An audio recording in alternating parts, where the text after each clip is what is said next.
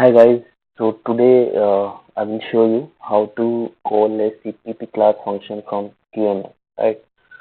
So for that we'll create one quick application, empty application. Then here I'm giving the name call CPP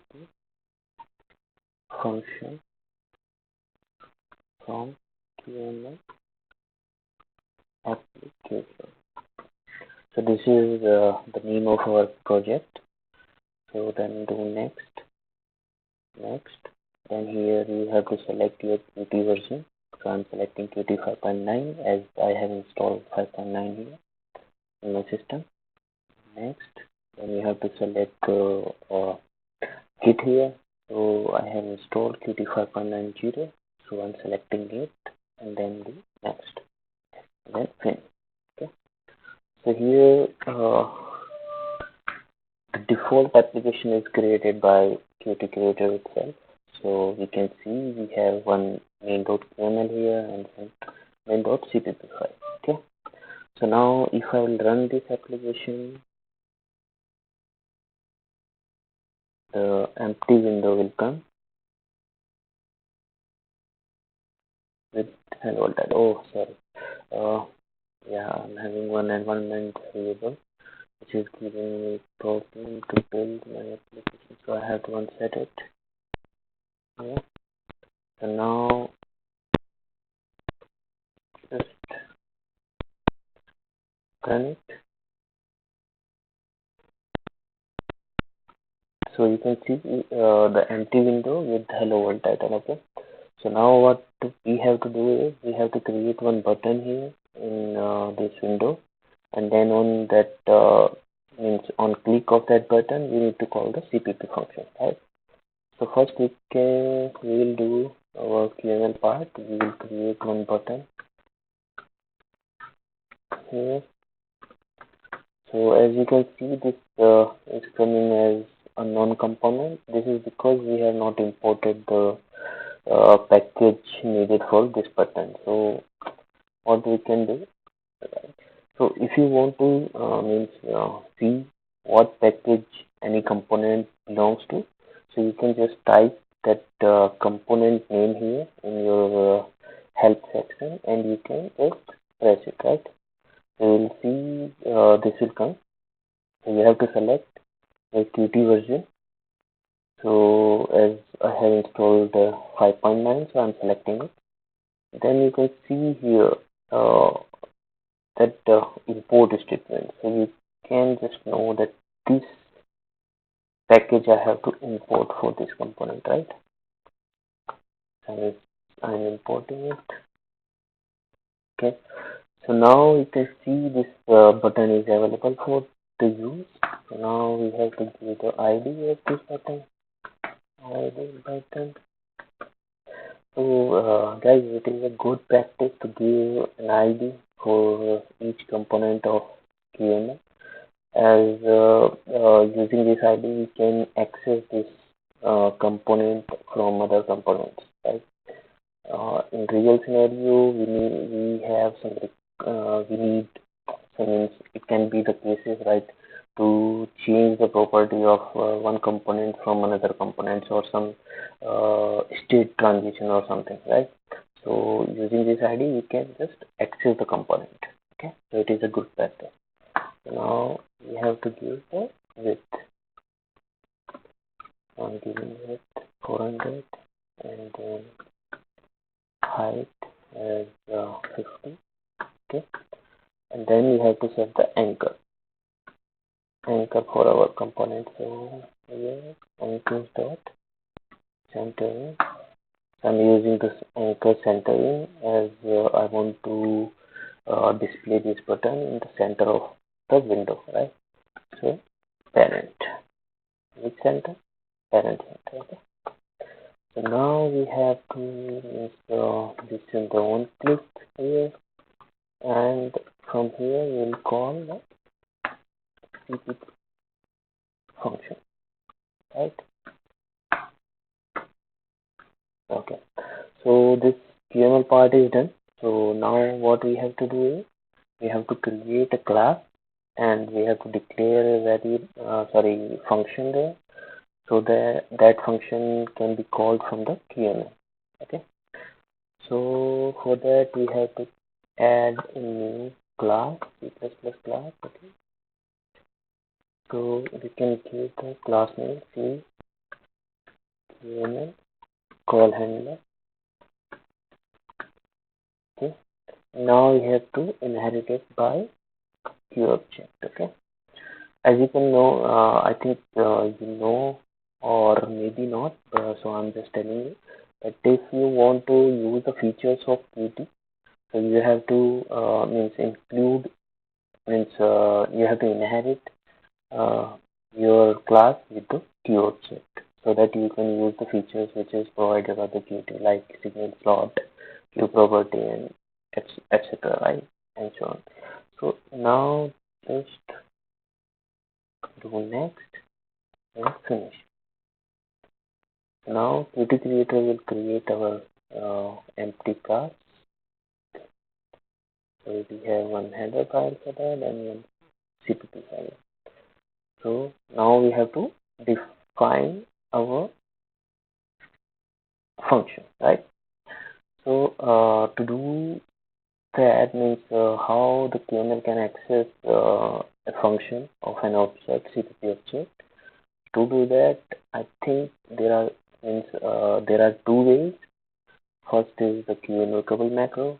Through QInvocable macro, you can just declare a function so that it can be called from QML. And second way is public slots. So you can declare your function in the public slot section.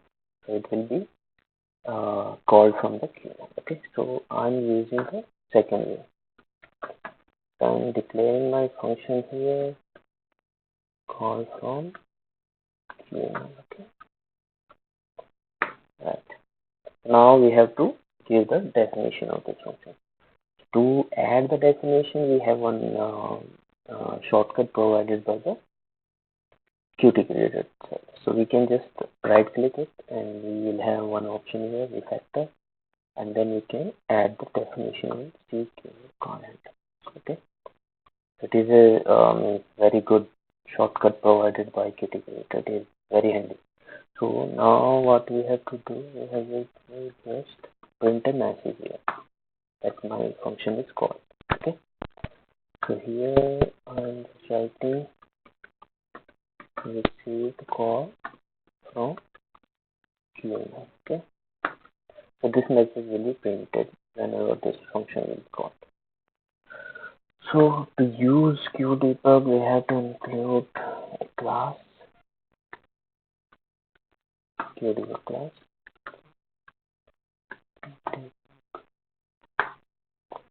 So now our QML part is done and our CPP class creation and the function declaration definition is done. So now the most important part of this concept is like we have to expose our object to the QML. Okay. So to do that, what we need to do, we have to create one object of our class. To do that, we have to include our header file. Okay. So QML call handler, and we have to include one more header file, which is QML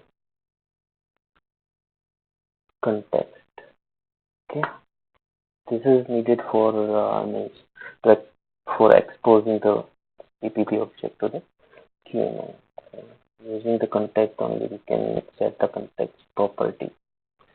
So to do that, we have to first create our class object. Okay.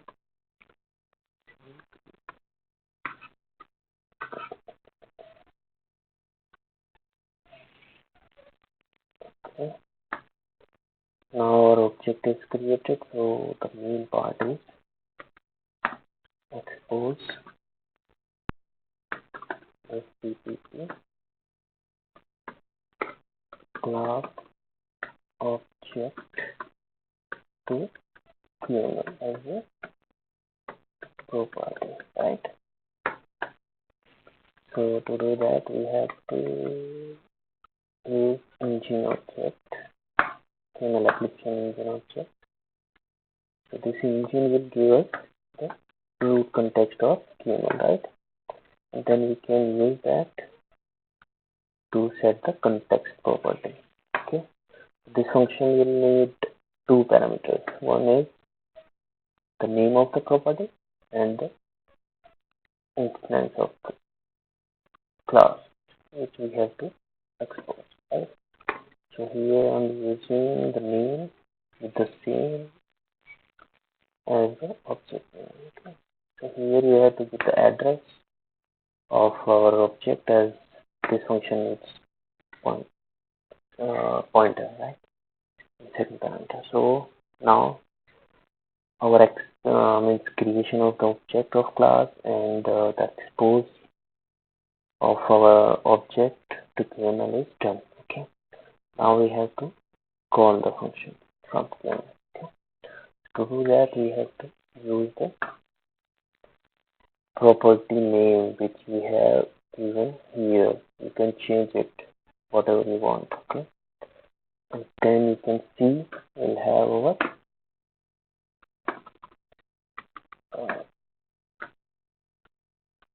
function call from Qml.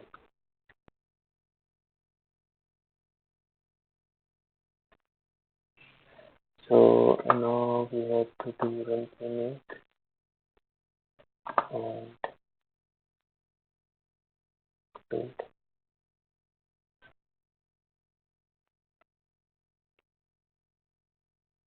So it is done. Now we have to run our application. Oh, sorry. We have to give the text also to the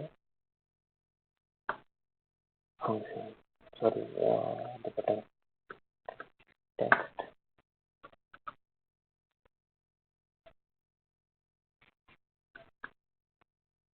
Press me to call Cpp function. Okay. Now we can run it. Press. You can see that whenever I press this button, so this message from Cpp is coming that received call from Qml. So this is the concept which I have explained. So you want to know where we means what is the requirement of this concept, what is the need, what is the uses. So I want to tell you that whenever you press any button or you want to call the CPP function from the QML side, from the UI side, so you have to implement like this so that you can call the CPP function, and that CPP function can do some tasks like get the data from the database or call some function to the below layer and to notify to some other module or something like. So using this you can do that. Okay. So that's it for now. Thank you so much. Bye bye.